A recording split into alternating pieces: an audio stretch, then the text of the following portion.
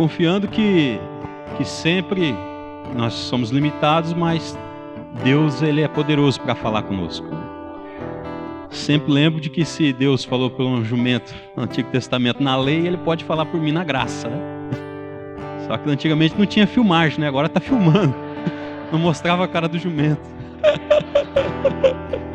Misericórdia, Deus. Mas Deus vai falar com o seu irmão. Isso é uma garantia para mim e para você. Está todo mundo salvo.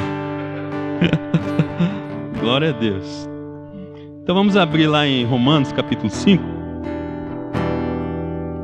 Romanos capítulo 5.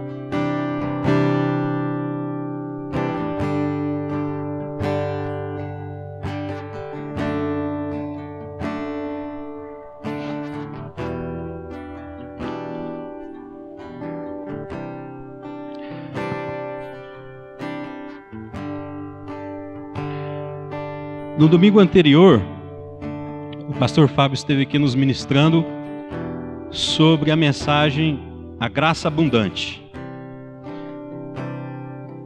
Onde abundou o pecado, superabundou a graça. Amém? E o que isso quer dizer? Isso quer dizer que nós estamos totalmente perdoados. Amém? Você é perdoado? Você tem isso no seu coração? Amém. E é sobre isso que eu quero falar um pouco nessa noite. Sobre essa graça abundante e os seus efeitos na minha vida. Tenho certeza que, por tudo aquilo que eu tenho um pouco entendido, Deus vai falar com você nessa noite também. Então nós vamos ler aqui o capítulo 5 de Romanos, o versículo 1 e 2, que diz o seguinte: sendo, pois, justificados pela fé, temos paz com Deus, por nosso Senhor Jesus Cristo, pelo qual também temos entrada pela fé a esta graça, na qual estamos firmes e nos gloriamos na esperança da glória de Deus. Até aqui. Então eu gostaria, irmãos, de fazer aqui antes uma pequena e rápida apresentação minha, já que creio que boa parte da igreja não me conhece desse ponto de vista mais pessoal, não sabe um pouco da minha história.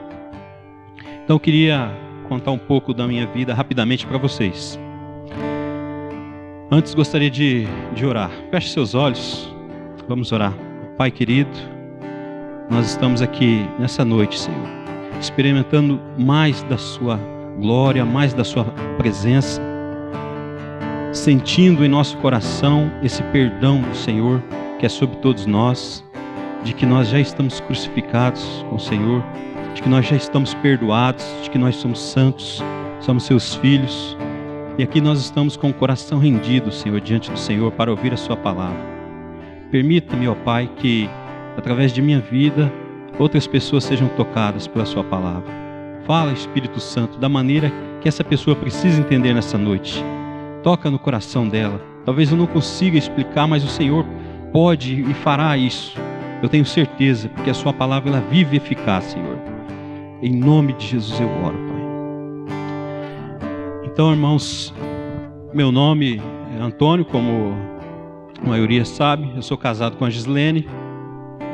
Nós temos 2 filhas, nós somos casados há 8 anos, né? Temos 2 filhas, a Luíse, de 6 anos, e nós temos a Ana Helena, recém-nascida, de 2 meses e alguns dias.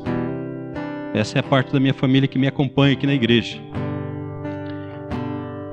Rapidamente passando pela família e indo aqui para a parte da minha conversão, Jesus me encontrou, ou eu encontrei Jesus, como você queira entender,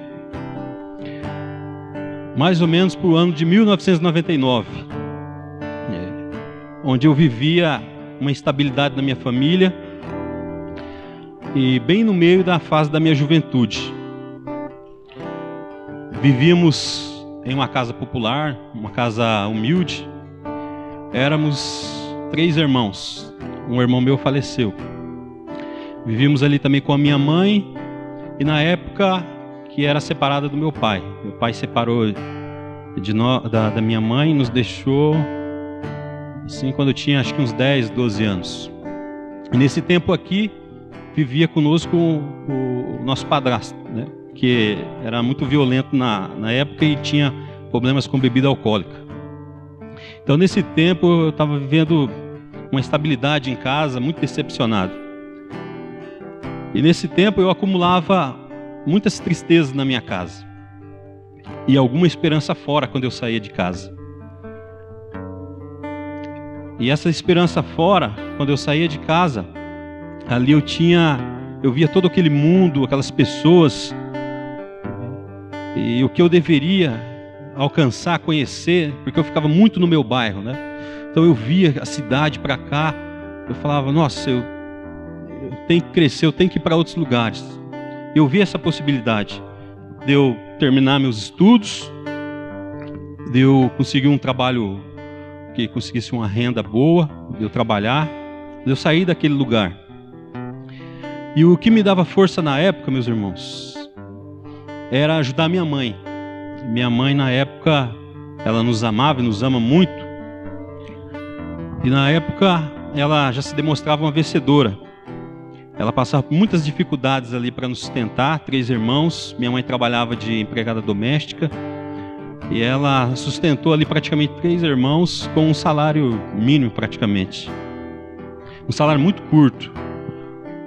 Eu aprendi muito com a minha mãe, essa superação de amor aos filhos que eu carrego comigo até hoje. Que são poucas pessoas que são assim. E minha mãe é uma dessas mulheres vencedoras. E foi nesse tempo, então, passando essa dificuldade na minha casa, que eu descobri algo novo, que eu descobri a música. Vocês veem que eu toco na igreja faz muitos anos. Então foi mais ou menos em 1999, nesse período que eu conheci a questão do instrumento musical, da música. E onde eu morava juntamente com os amigos meus, nós fizemos ali um grupo, onde nós começamos a ensaiar e tocar músicas. Gostávamos de rock and roll e etc. E nesse período, mais ou menos, um pouco mais adiante, nós fomos convidados por umas amigas nossas lá do nosso bairro, nosso antigo bairro, para ir num retiro de uma igreja evangélica, uma igreja luterana. Que, se eu não me engano, até o Roberto fazia parte na época, em 1999, o Roberto. E nós fomos naquele retiro, era em Presidente Venceslau, São Paulo. E nesse retiro, irmãos, enquanto ali nós ficamos ali, geralmente há 3 dias, né? Enquanto eu ficava ali descansando, eu vi um grupo tocando uma música de uma banda americana, mas estava uma versão português. E aquela música, eu entendi o que aquilo queria dizer, e eu fiquei pensando naquela música. E aquilo tocou meu coração de um jeito que nada então tinha tocado. E ao sair daquele retiro, nós acabamos, viemos embora. Eu tinha plena convicção no meu coração que eu tinha que ir para a igreja.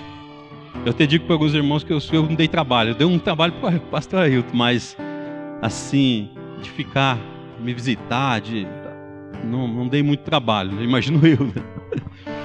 Então eu tive essa convicção, saí do retiro, quis ir para a igreja.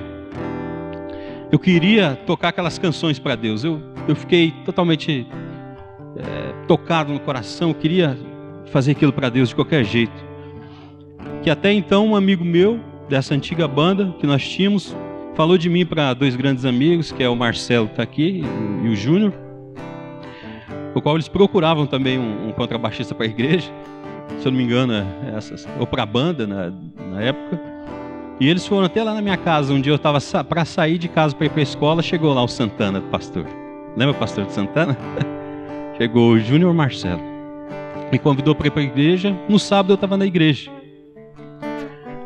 a convite deles, e até então estou aqui. E além desses 2 amigos também, eu tive um amigo que estudou comigo, o Olavo, alguns conhecem ele, que me presenteou com alguns CDs na época da escola, que também foi um passo muito importante para decidir a ir para a igreja.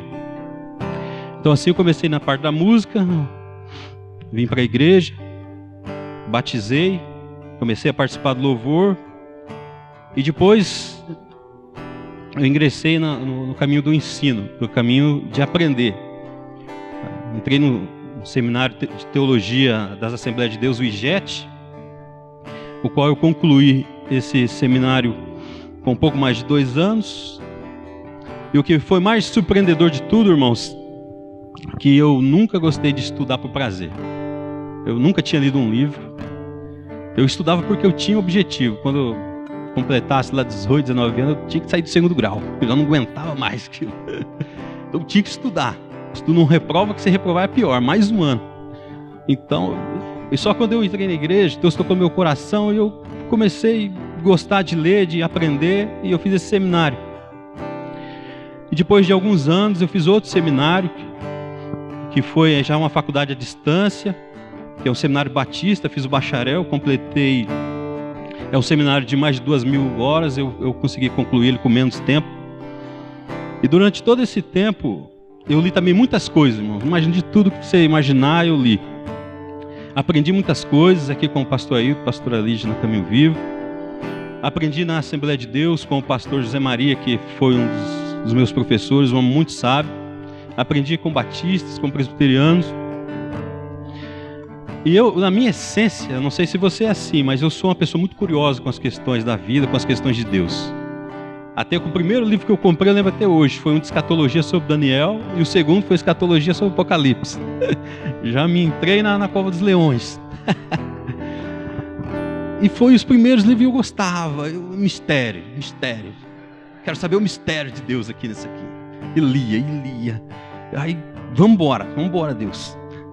E com muito conhecimento, irmãos, que é bênção o conhecimento, eu acabei me tornando um ser com convicções bem estabelecidas. Eu me julgava até certo momento, irmãos, até pouco tempo atrás, um defensor de Deus, um defensor das Escrituras. Falava uma coisa contra Deus, que eu achava contra Deus, isso tinha que ser parado. Eu estava me preparando para enfrentar qualquer tipo de seita que você imaginar, tudo que fosse o contrário ao Evangelho, e até algumas opiniões que eu divergia dentro da própria igreja. Coisas que a gente forma conhecimento, você tem as suas convicções, e quando você ouve diferente, você endurece. Você quer combater aquilo, porque você acha que você está defendendo Deus. Eu estava me tornando assim. Isso, irmãos, ninguém me ensinou a ser assim. Ninguém me treinou a ser dessa forma, a fazer isso. Isso foi formando com o tempo, juntamente com o meu temperamento. E eu percebi que é incrível que um pouco de conhecimento sem temor a Deus ele pode fazer na vida de uma pessoa. O conhecimento sem o temor, ele prejudica. A graça de Deus, ela sempre foi presente na minha vida, mas só que eu enfatizava outros pontos. Agora, olhando mais de perto para a graça, debruçando sobre a graça e analisando ela especificamente, eu começo a entender algo diferente. Tenho dúvidas? Tenho muitas dúvidas ainda. O pastor Fábio me ajudou muito aqui nessa caminhada. Chegou um momento que travamos aqui, eu travei meu cérebro, o pastor Fábio me ajudando.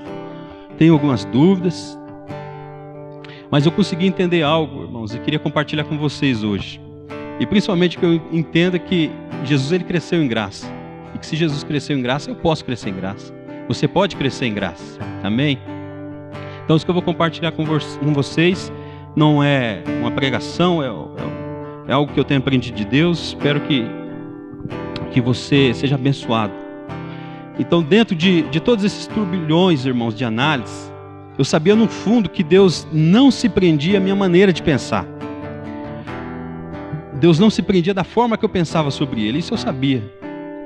Eu sempre sabia de alguma forma que Ele era mais ainda, e era mais ainda no sentido de amor e perdão. No fundo eu sabia, querendo me endurecer, querendo ser um ser da lei, eu sabia que Deus no fundo Ele era mais. Só que eu não conseguia entender isso. Eu não conseguia entender porque Deus estaria me vigiando.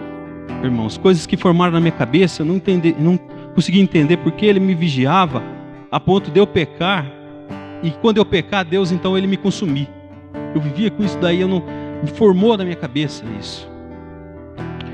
Eu tinha saído de um tempo triste e estava entrando na melhor coisa da minha vida, no melhor tempo, que era com Jesus. E como poderia eu ficar mais com medo ainda de quando eu não tinha? Como poderia esses medos me assombrar, esses medos me perseguir, me causar pânico. Coisas, irmãos, que iam se formando na minha mente. Então, eu quero compartilhar aqui com vocês os efeitos da graça sobre a minha vida, os efeitos da graça. E o primeiro efeito da graça é que vi sobre minha vida é que o Pai, Ele me livrou do medo. O Pai me livrou do medo. O medo que sentia não era aquele medo que paralisava, sabe? Aquele medo do choque. Ele não era aquele medo ferrenho, minuto após minuto, não. Era aquele medo que vinha depois de você tentar com suas próprias forças ser santo. Não sei se você já tentou ser santo. Olha, Deus, hoje eu vou acordar de manhã, eu não vou cometer nenhum pecado. Pequei. Aí você peca. Esse medo. Aí você tenta ser santo e não consegue. E depois o que vinha na minha mente, no meu pensamento, Deus vai me pegar, porque o que eu plantei eu vou colher. Deus vai me consumir. Deus, Ele vai me punir. Perdi a minha salvação. Quem nunca pensou isso, né? Eu acho que todo mundo que já teve esses momentos de dúvida, eu passei por isso, irmãos. Então esse tipo de coisa era mais um relacionamento de medo do que de amor. É um relacionamento, irmãos, que sempre nós vemos Deus como um Deus irado, não um Deus que ama. Porque se eu errei, vou ser punido. E irmãos, quem anda com medo, anda escondido. E quem anda em amor, anda ao lado. Porque se eu errei, se eu tenho medo, eu faço como eu escondo. Se eu tenho um relacionamento de amor com Deus, eu ando ao lado. Eu ando junto com Ele. Abrindo um parênteses aqui na mensagem. Todos viram aí na semana passada que faleceu por afogamento um ator famoso da Globo. Até então ele era desconhecido para mim. Mas segundo eu ouvi as notícias, era um ator de revelação dos últimos anos, que é o Domingos Montanher. Todo mundo viu isso, né? Amém? E começou então a surgir muita coisa na internet, muita coisa. Uma delas, que Deus tinha matado tal pessoa. Não sei se você ouviu isso daí. Aí eu me perguntei, irmão, sinceramente, pergunto para você sinceramente, você acha que Deus, Ele matou esse homem porque ele trabalhava em uma novela, fazia rituais, e tem um Deus como o rio? Você acredita que Deus matou o homem por causa disso? Então eu me pergunto, que Deus mataria por causa de um homem trabalhador que trabalha numa novela? Mataria? Deus mataria esse homem? E no mais um pouco atrás, uma história que sempre vem correndo anos e anos, que Deus ele afundou o Titanic porque alguém lá no Titanic disse que nem Deus afundava o Titanic. Sinceridade, de todo o seu coração, você crê que Deus matou centenas de pessoas porque uma pessoa disse que nem Deus afundava o Titanic? E são coisas que nós estamos falando anos e anos, e até às vezes com triunfalismo. Olha o que Deus fez. Falaram que Deus não afunda o Titanic, Deus foi e afundou. E Deus de repente olha e fala, mas quem fez isso daí, ô irmão Joaquim, ô irmão? E nós passamos algo para frente sem saber, dizendo que Deus afundou o Titanic, que Deus matou o ator porque não estava de acordo com Deus. Então até eu mesmo começo a rever os meus pensamentos sobre esses assuntos que vêm sido contados anos e após anos. E me pergunto, você acha que Deus precisaria disso para que Ele evidenciasse a sua glória? Se o presidente da República falasse nem Deus destrói o Brasil, você acha que Deus destruiria o Brasil por causa do que Ele falou? Que Ele mataria todos os habitantes do Brasil? Pense nisso. Se Deus ele disse que a nossa luta não é contra o sangue e contra a carne, por que então Deus mataria pessoas? Pensa nisso. Voltando aqui ao assunto sobre o medo, O medo, ele indica a condenação. E o verdadeiro amor, ele nos tira esse medo da ira vindoura.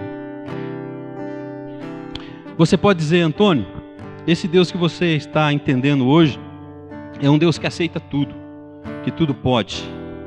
Primeiro, meus amados irmãos, o que eu coloquei no meu coração nesses últimos tempos, que quem sou eu para entender Deus?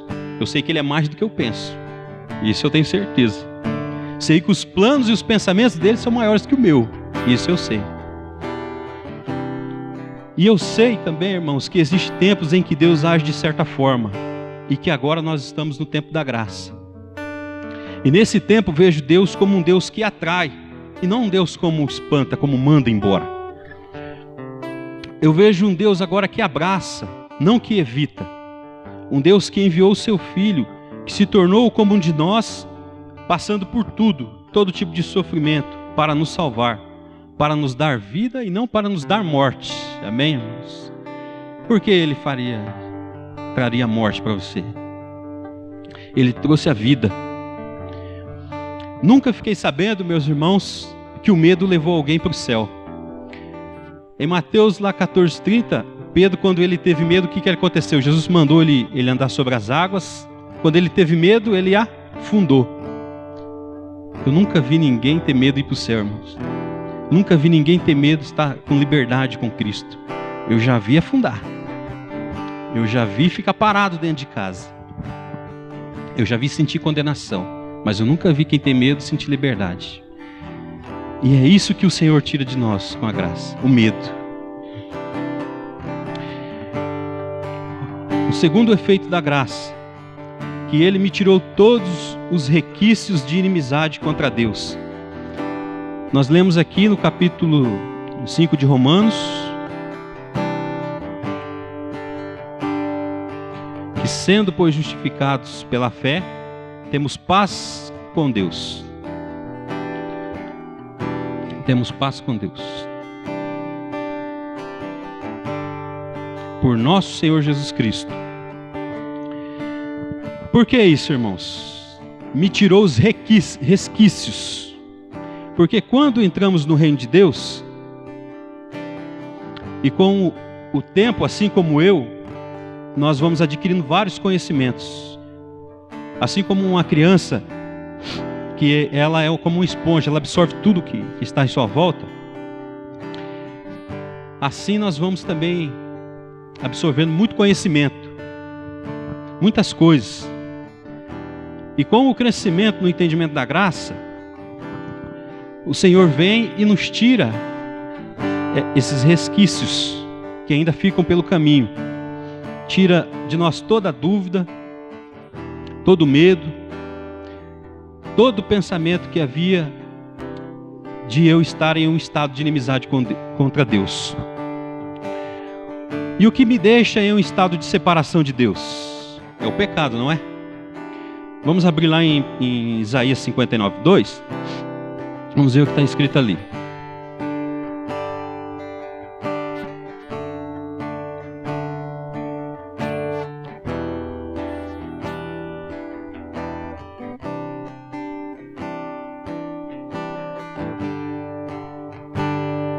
Isaías 59, do 1 ao 2. Vamos ler do 1 ao 2.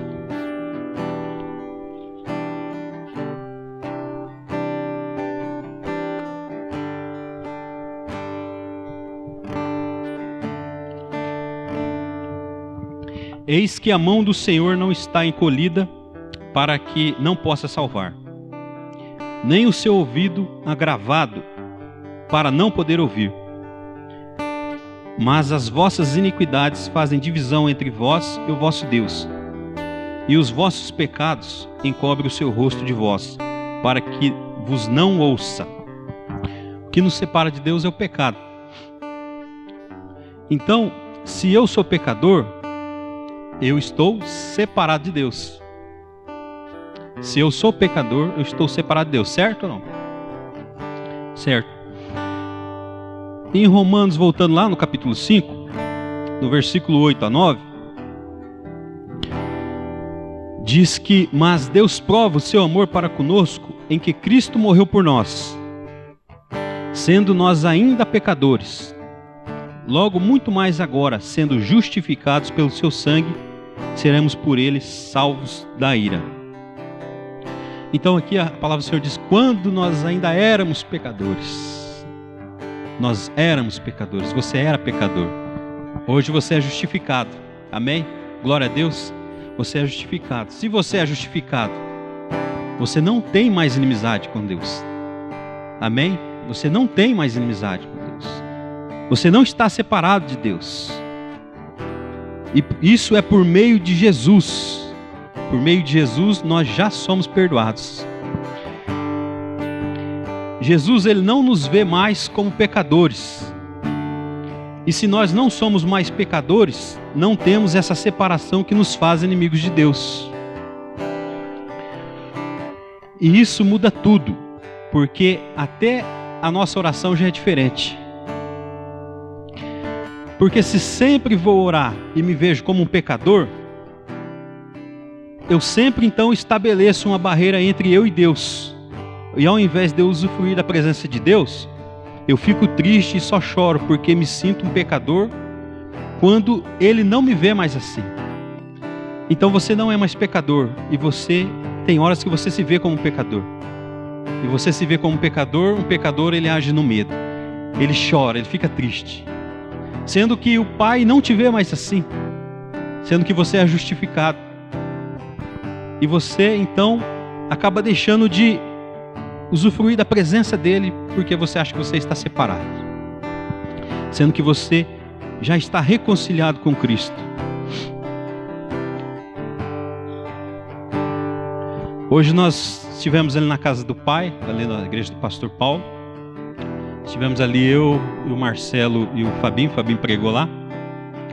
E a filha do Spock ali do pastor Paulo falou algo ali interessante que me marcou. Ela falou que foi em uma loja na cidade. Ela encontrou uma pessoa ali que estava longe dos caminhos do Senhor já faz aí acho que uns 10 anos. E ela então perguntou para o rapaz, falou assim, por que você não volta para a igreja? E o rapaz falou assim, eu não consigo, eu tenho vergonha do que as pessoas vão dizer de mim lá na igreja. Eu tenho vergonha do que vão pensar de mim lá. E ela falou, ele sabe as palavras, ela falou que ele devia se importar com que Deus vê, como Deus vê o coração dele. E como Deus vê ele, não como as pessoas veem ele. E às vezes nós somos assim. Deus nos vê de uma maneira e nós nos vemos de outra diante dele. Ele nos vê como filhos, como amados, como justificados. Não como um pecador que está lá ainda. Ele já pagou o preço, ele já ressuscitou por você. Ele já está aos céus, subiu aos céus. Ele já te deu vida. E eu sou justificado, irmãos. Você é justificado pela fé, não porque chora. Está escrito aqui, sendo, pois, justificados pela fé, temos paz com Deus. Isso é por Ele, irmãos, não é por nós. Não é se você chora, se você deixa de chorar, se você ri muito, não ri. Porque isso, irmãos, não é pelo que eu faço, é porque Ele fez por mim. Sabe por quê? Porque não se pode comparar a dádiva de Deus com a consequência do pecado. Não se pode comparar Jesus, a graça, com o pecado. Então isso vem sobre a minha vida, a graça abundante sobre a sua vida, e nos livra, nos liberta. E não somos mais pecadores.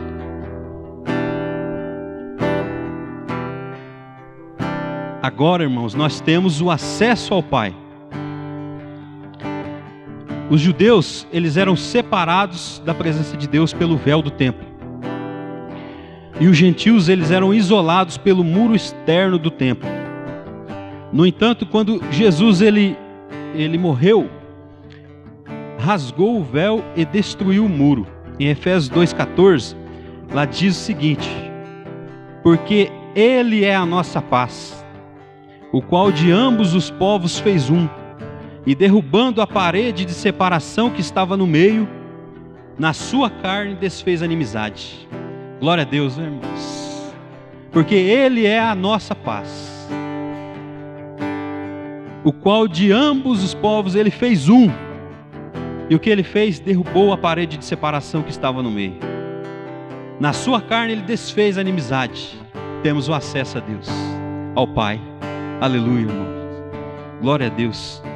E agora em Cristo, tanto judeus como gentios que creem, ele tem acesso a Deus. Jesus, ele nos introduziu na presença de Deus.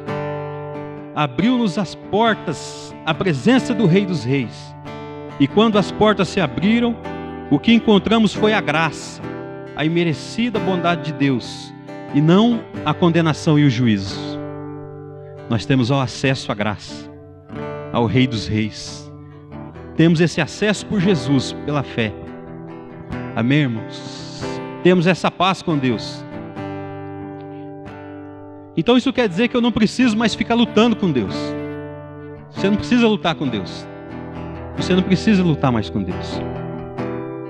Você não precisa ficar lutando, fazendo campanhas para alcançar a sua bênção. Você não precisa ficar lutando, fazendo campanhas para alcançar o favor de Deus. Porque você já tem o favor de Deus. Porque você não é mais inimigo de Deus. Nós já temos o acesso a Deus por Jesus. Por que eu vou ficar lutando com Deus? Por que eu quero lutar com Deus? Deus fala, mas por que você está lutando? Vem cá, deixa eu dar um abraço em você. Para que passar brabeza toda? Dá um abraço no seu pai. Para que essa guerra? Hoje nós temos esse acesso por meio de Jesus. Ele fez tudo por nós. E agora, irmãos, que nós sabemos aí alguns efeitos da graça, em específico esses dois que eu disse, o que eu faço? Eu me sinto um super? Um blindado de tudo? Me sento e espero Jesus voltar? Não é assim, né? Agora, o que eu faço é transmitir essa graça. E uma maneira de transmitir essa graça, eu vejo, é as boas obras. Então, o terceiro ponto, você que está anotando, quiser anotar, que eu vejo é que o favor de Deus que Ele fez na minha vida, um dos efeitos da graça foi que Ele me criou para fazer as boas obras. Efésios capítulo 2, do 8 ao 10.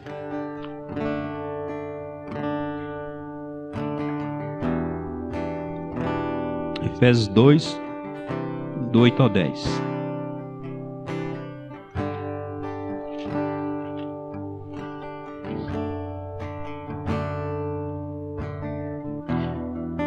Porque pela graça sois salvos, por meio da fé, e isso não vem de vós, é dom de Deus. Não vem das obras para que ninguém se glorie,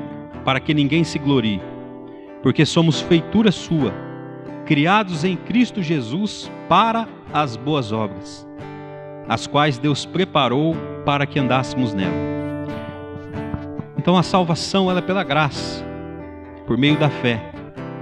Ela não vem das obras para que nós possamos nos gloriar. E nós somos feituras dele. E somos criados em Cristo para fazer as boas obras. Hoje, meus irmãos, o que eu creio, pensando eu, que o que deve imperar em nossos corações é a lei do amor, não a lei. A lei do amor, ela supera a lei mosaica. Isso quer dizer que tudo o que nós formos fazer tem que ser baseado no amor. Tudo. As nossas motivações, o princípio do agir deve ser o amor. Aquele mesmo amor com que Cristo nos amou. Paulo, ele disse que se nós falarmos as línguas dos anjos, distribuíssemos todos os nossos bens e dar até o nosso próprio corpo para ser queimado, se não tiver amor, o que valeria isso? Nada. Vendo assim, fica difícil em alguma situação nós não agirmos em prol ao próximo com amor. Nós temos que agir com amor, que nos leva a fazer as obras. Nós podemos talvez sermos impossibilitados a ajudar em determinadas situações. Mas a nossa essência, ela é o ajudar, ela é o amor. Depois da minha conversão que eu contei aqui, quando eu ia embora, eu morava no Sumaré, eu conheci uma família muito pobre lá. E de vez em quando eu passava por eles à noite, voltando da igreja, às 11 horas da noite, e vinha sempre o rapaz, ele devia ter ali uns 16 anos na época, com a mãe dele à noite, vindo para a cidade. Eles andavam pelos lugares para pedir ajuda e alguma coisa assim. E um dia eu passei por aquele rapaz e meu coração ardeu em ajudar aquele rapaz. E eu tinha na época 10 reais isso, irmãos. Em ano 2000 mais ou menos, isso aí para mim era muito, hein? Isso era muito. Andava com a motinha. E eu peguei, passei por eles, aquilo ficou no meu coração. Falei, vou voltar. Voltei com a moto, então parei na frente dele, peguei os 10 reais, dei para ele. Não falei nada. Deus te abençoe. Fui embora. Eu não sei se ele precisava, ele obviamente precisava, mas eu não sei se era determinante para ele no momento, mas aquilo para mim foi assim, um marco, porque eu sou meio vergonhoso. Até para ajudar eu tenho vergonha, irmãos. E eu dei aquele dinheiro, depois eu cheguei em casa, eu fiquei meditando nisso e orei por ele, e sempre via ele e me dava assim, algo no coração em poder ajudá-los. Então Deus, ele sempre tem trabalhado no meu coração nessa questão financeira. Sempre no que eu posso, eu sempre tenho procurado ajudar. Entendo isso como uma obra para mim. E sempre então eu me movo nesse sentido. E eu creio que, irmãos, essa obra na situação financeira, eu creio que Deus ele vai levantar, e Ele já está levantando muita gente aqui na igreja, pessoas capacitadas, ricas, com dinheiro, para ajudar no reino. Para ajudar no reino. Eu creio nisso. Creio que até a chance de eu chegar lá para ajudar no reino, irmãos. Porque muita gente acha, eu pensava assim, que no evangelho você só tem que andar com chinelo e com short mais ou menos, porque isso é piedade, isso mostra que você está ligado com Deus mesmo. É uma maneira, né, que a gente vem captando nos anos. Então muita gente não pode ter dinheiro no reino de Deus. Mas o que Deus disse é que Ele não disse para que nós não sejamos ricos. Ele disse para nós não juntarmos tesouro na terra. E eu entendo que é juntar tesouro na terra. É você não pegar o que Deus está te dando e você colocar debaixo do colchão. Vamos supor, por exemplo. Então Deus está te dando riquezas, está te dando finanças. O que eu faço com isso? Eu não ajunto, eu espalho. Eu ajudo nesse estado. Eu tendo esse dinheiro e espalhando, eu não estou ajuntando tesouros na terra, mas no céu. E quando eu ajudo o próximo, é algo sobrenatural de Deus que eu não sei explicar. Parece que Deus dá mais para você dar mais. Eu tenho experimentado isso na minha vida. Eu tenho ajudado algumas pessoas e interessante que quando você pensa que vai faltar, Deus dá mais. E naquela época, quando eu ajudei aquele irmãozinho com 10 reais, era o único 10 reais que eu tinha no bolso. Parecia que faltava. E é incrível como Deus ele dá a semente, como Ele provê para você abençoar o próximo. Amém, irmãos? Então eu creio que Ele está fazendo isso no nosso meio. Pessoas que vão se levantar como pessoas capacitadas com dinheiro para ajudar os irmãos. Mas nem tudo também, irmão, você deve estar pensando, mas não é só dinheiro a obra. Não é só dinheiro. Não é só dinheiro. Pedro e João, lá em Atos capítulo 3,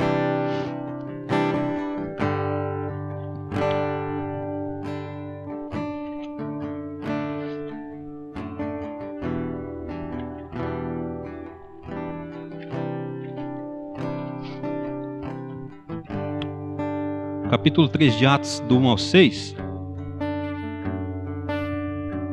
diz assim: Pedro e João subiam juntos ao templo à hora da oração, a nona. E era trazido um varão que desde o ventre da sua mãe era coxo, o qual todos os dias punham à porta do templo chamada Formosa, para pedir esmolas aos que entravam. Ele, vendo a Pedro e a João, que iam entrando no templo, pediu que lhe dessem uma esmola.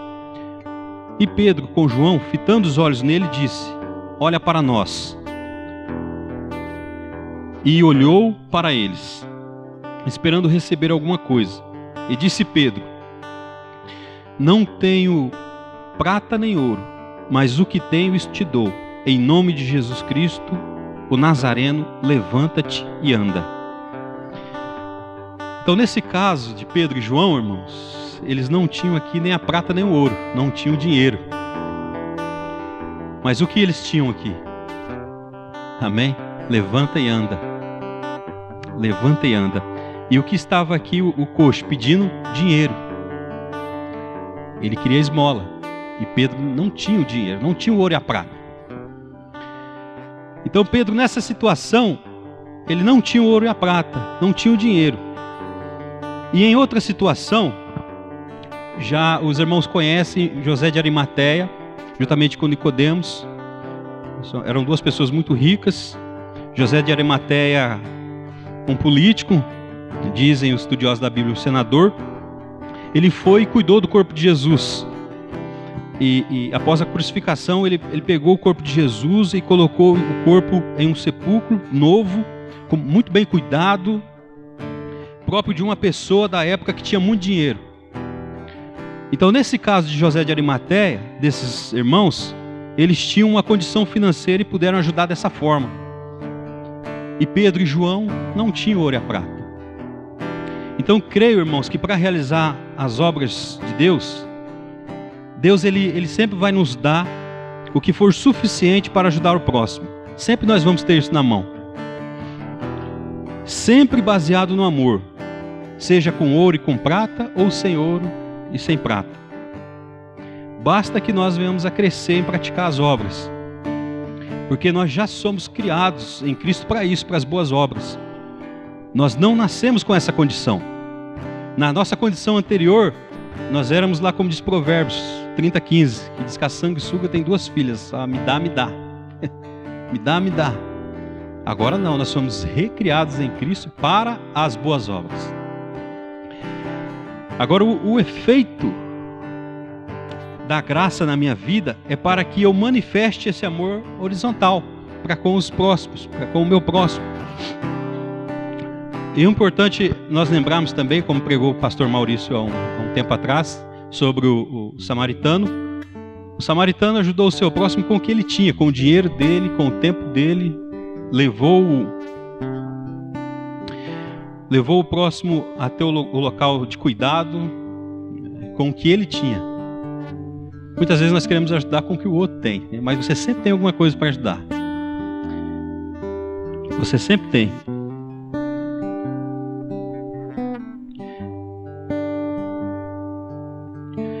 E eu vejo que também, irmãos, eu defino assim para mim, como dois tipos de obras. Eu vou aqui classificar como a espiritual me permita. A espiritual e a material.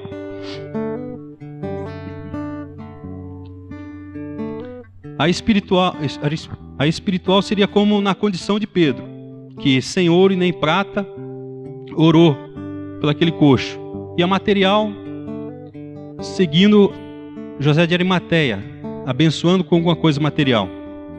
Um presente, alguma coisa dessa forma. E em muitas situações, nós fazemos somente a material. Eu não sei se com você é assim. Nós damos algo, nós socorremos algum necessitado, e às vezes nós deixamos de orar por ela. E isso não quer dizer que essa obra ela não tem importância se você não orar. Também isso não quer dizer que eu não deva orar, manifestar a obra material sem a espiritual, né? Dar alguma coisa para a pessoa e não orar por ela. A oração ela é poderosa e eficaz. Eu creio no poder da oração. O ideal seria que nós sempre fizéssemos a obra material, classificando dessa forma, abençoando uma vida e orando por ela, como no caso de Pedro. E acontece também de nós, algumas vezes, não termos a bênção material para ajudar, alguma coisa material, um alimento, nós não temos ali o dinheiro, mas nós temos a oferecer a espiritual. Às vezes você podia só orar por aquela pessoa, você não tem o que ajudar, Senhor, vem aqui, eu vou orar por você. E talvez essa seja a maior bênção que a pessoa precisa. Como no caso de Pedro, levanta e anda. Basta nós entendermos a necessidade de estarmos unidos com Deus para saber o que nós podemos ajudar o próximo.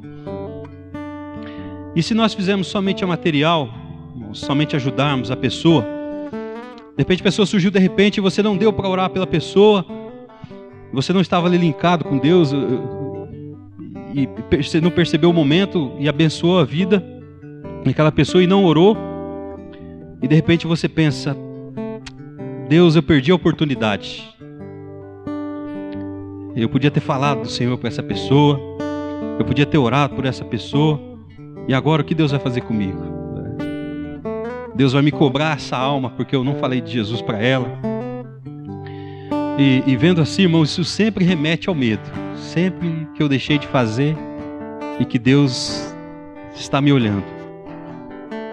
E o medo de que eu fiz uma obra, mas pelo clichê, às vezes religioso, de fazer o protocolo da oração, o protocolo de Jesus, eu não fiz. Então, eu não creio que a pessoa ela vai receber Jesus, ela vai entender Jesus no seu coração, porque eu não falei isso. Então eu não creio que ela, pelo ato, só por eu abençoar, por eu dar algo a ela, por eu ajudar, socorrer ela, ela já vai ver algo diferente disso. Teve uma vez, nós já estamos aqui acabando, teve uma vez nós estávamos fazendo um curso aqui de líderes com o pastor Anderson, e era um domingo de manhã. Uma senhora apareceu bem na porta aqui. E daí eu levantei e fui até ela lá e ela disse que precisava de um dinheiro para comprar o macarrão para fazer o almoço, era um domingo, para a família. Ela era abandonada pelos filhos, os filhos moravam longe, ela estava na casa de um parente. Uma mulher com roupa de andarilha. E eu peguei e falei: só um minuto, senhora. Vim, peguei um dinheiro que eu estava na bolsa. E eu fui até essa senhora e fiz umas perguntas para ela, como eu sempre faço, né? Eu nunca já dou o dinheiro, né? Eu pergunto: onde a senhora vem? Para onde a senhora vai? De onde que é? Como é que é o seu nome? E ela foi explicando, e para minha surpresa ela era de uma igreja evangélica e que cantava na igreja e estava naquela situação. E eu peguei então, dei o dinheiro para ela, falei: ó, senhora, pode, Deus te abençoe então, compre aí o seu alimento. E ela começou a me abraçar, me beijar ali na porta, eu fiquei até com vergonha. Não sei se os irmãos veem isso aqui. Eu sou me abraçar, me beijar: oh, meu filho, Deus te abençoe, me beijava, olhava para mim: olha, meu filho, me beijava. Eu sou mais ou menos como um rideu, né? A gente não gosta de ficar sendo pegado. Eu me beijava, me abraçava. Mas eu pude ver no sorriso daquela senhora a alegria que ela teve. Aí ela começou a contar mais da história dela, e nós ficamos um tempo ali, e ela foi embora feliz, e creio que Deus abençoou o almoço dela, coisa que para mim poderia ser simples, e eu não cheguei a orar por aquela pessoa, mas eu vi que ela percebeu algo diferente. O abraço, aqueles beijos que ela me dava ali, eu creio que ela sentiu Jesus ali, naquele momento. Então nós não devemos trazer esse medo sobre nós, porque o medo ele sempre vai indicar condenação, e nós estamos livres de toda condenação. Você está livre de toda condenação, amém? Mas devemos sempre procurar o crescimento, tanto na graça, nas obras, material, espiritual, no qual é um efeito da graça nas nossas vidas, e é um privilégio poder fazer isso, irmãos. Não buscando salvação, mas fazendo porque nós já somos salvos. Nós já somos salvos. Vivendo livres e considerando a lei do amor. Então nós ajudamos sempre com aquilo que nós temos. E o que nós temos? Nós temos aquilo que Deus disse que nós temos. Nós temos uma vida nova. Nós somos cheios da palavra de Deus. Amém, irmãos? Nós somos cheios do amor de Deus. Nós temos um céu de bênçãos disponíveis para realizar as obras do Senhor. Tanto o material espiritual. Nós temos, irmãos, nós temos. Basta nós aproximar.